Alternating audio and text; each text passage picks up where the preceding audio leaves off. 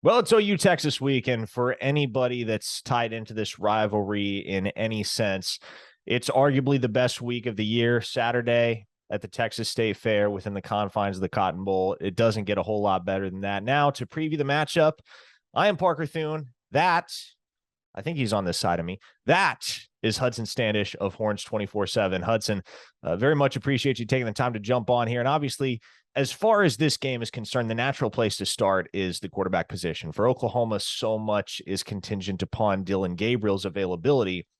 But on the other side, you look at Texas, obviously Quinn Ewers has been dealing with that injury to his AC joint, has not played since that dramatic Alabama game that the Crimson Tide barely eked out down in Austin by a score of 20-19. So as we look ahead to this game on Saturday, what's the latest on Ewers' availability, and you expect him to suit up at this point?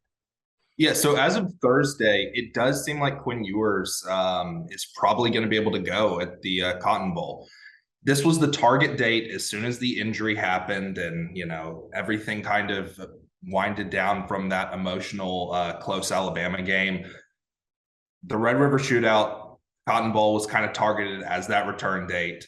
There was a feeling that if he really needed to, Quinn could have played last week against West Virginia. But Steve Sarkisian and the Texas Brain Trust felt like Hudson Card could get the job done. That's exactly what he did. And yeah, it's kind of a tale of opposing injury bugs for this game. I mean, Texas, after the Alabama game, kind of felt like the walking wounded and finally getting into shape a little bit with Quinn Ewers' injury. And unfortunately for the Sooners, Dillon Gabriel is kind of the headliner among a ton of other injuries for OU. So yeah, it's seeming like Quinn is going to be back for the game. Now, obviously, after missing a couple of weeks, is he going to be able to continue that momentum from that Alabama first quarter? It'll be interesting to see. Now, Texas comes into this game favored for the first time since 2009. Oklahoma, obviously, coming off two straight losses, the most recent of which was just an absolute thrashing at the hands of TCU, 55-24, the final last Saturday in Fort Worth. Obviously, anything goes when these two teams hit the field, and we've seen this time and time and time again over the years. But to borrow a term from Nick Saban, how much you worry about rat poison seeping in with this football team coming in as the favorite, when even in preseason, many would have argued that come the first weekend of October, Oklahoma was probably going to be the team that people imagined would be in the driver's seat to win this game.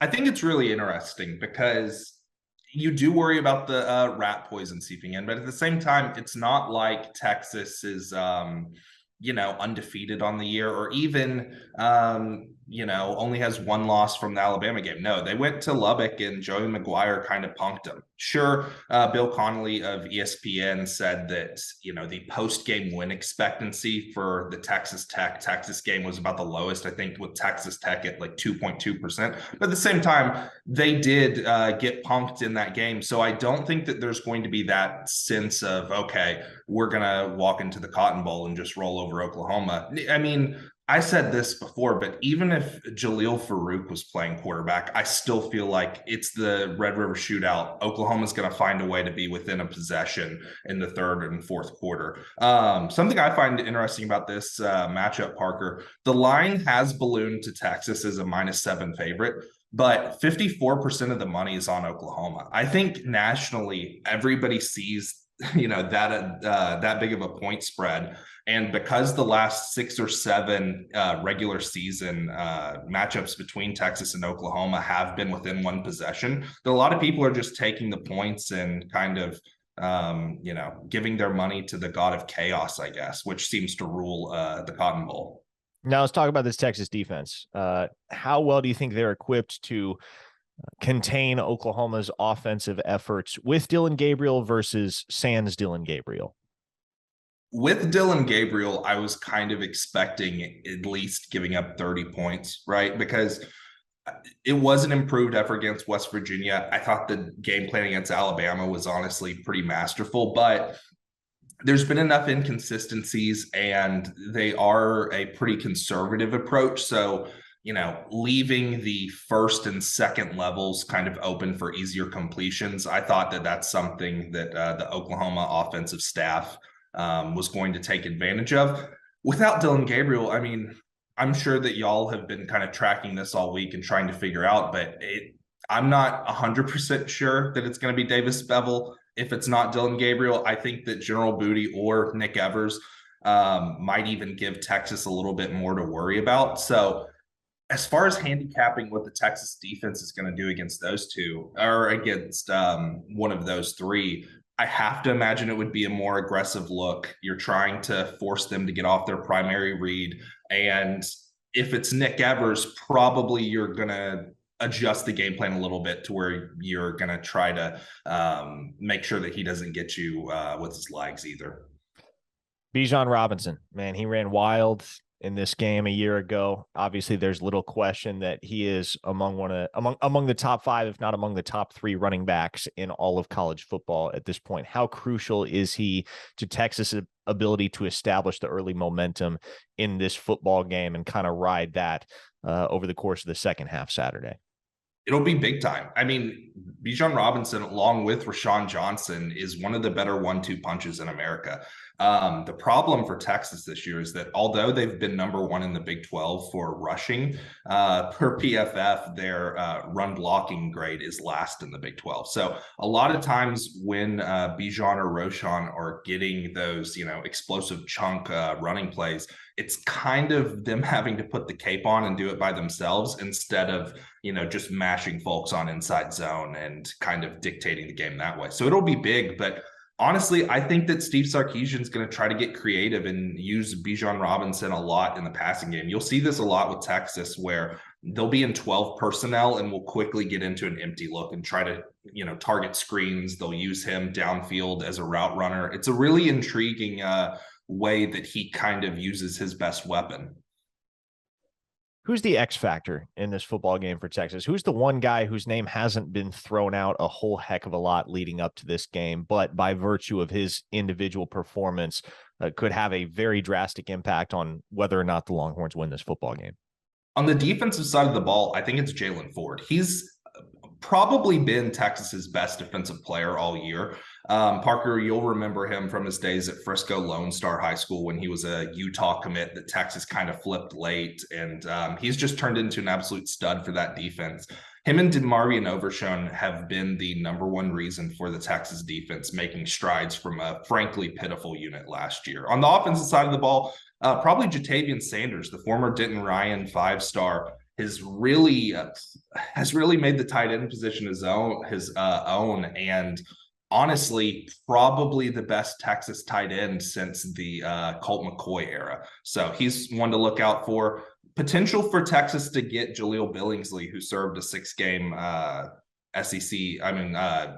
NCAA suspension from his time in the SEC with Alabama. So that'll be an interesting nugget to kind of keep track of as well. Now, you talked a little bit about some of the issues that Texas's offensive line has had. By contrast, you look at Oklahoma's defensive line, they haven't recorded a sack each of the last 2 weeks and have been a sieve up front, both in terms of their ability to stuff the run and in terms of their ability to get after the quarterback and contain the quarterback when you look back at what Adrian Martinez and Max Duggan were able to do against that defensive front. So is this just a case of something's got to give between these 2 units on Saturday?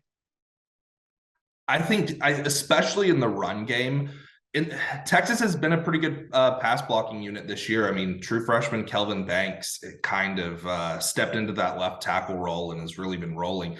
Something I've been wondering too, I don't know your personal thoughts on it, Parker, but Max Duggan doesn't strike you as like a true dual threat guy, but in Iowa, he was a 100-meter and 200-meter finalist, I believe, in high school. Obviously, Adrian Martinez, very well credentialed on the ground. That's something I'm wondering if not having to deal with that threat of a dual threat quarterback could help the Oklahoma defense a little bit.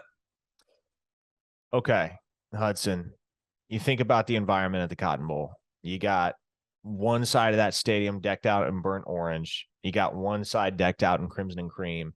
Even more so than usual, momentum matters so much in this football game. And we saw this last year as Oklahoma started to climb back in that game in the second half.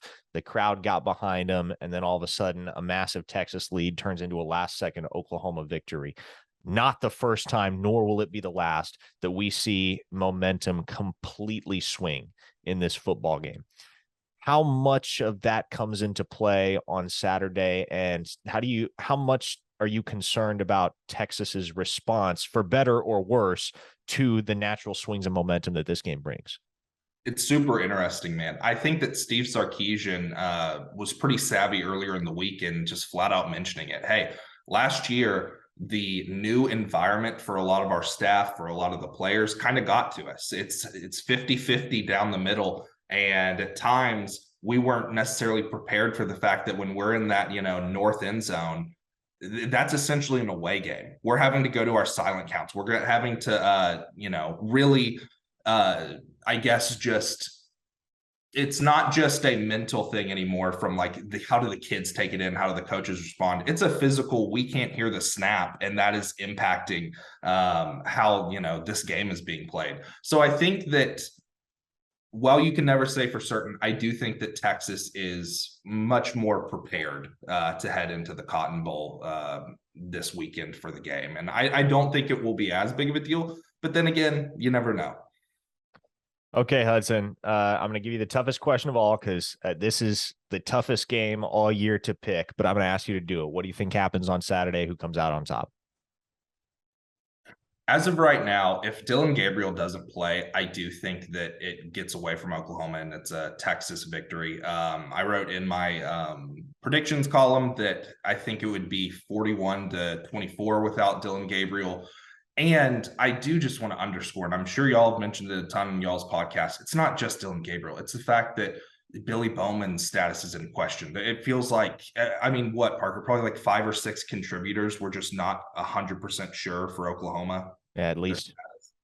So with that being said, that's probably my prediction. If Dillon Gabriel's able to play and Oklahoma gets a couple of their key contributors back, I do think it would then swing back to being a one possession game on either side, and like it has been for the past 6 or 7 years. I mean, the only thing that, even though the matchup looks this way on paper, I guess I would caution people. It just feels like both teams could roll out with all walk-ons and find a way to make it a one possession game. I don't know. 11 a.m. kick, Cotton Bowl in Dallas, Texas. If we've said it once this week, we've said it 1,000 times. Anything can happen. Hudson Standish, Horns 24/7. Hudson, once again, appreciate your time. Have an awesome game day Saturday. Hope you do as well, man. Appreciate you for having me on, and hope that everybody listening to this can get a corny dog by 10:45 a.m.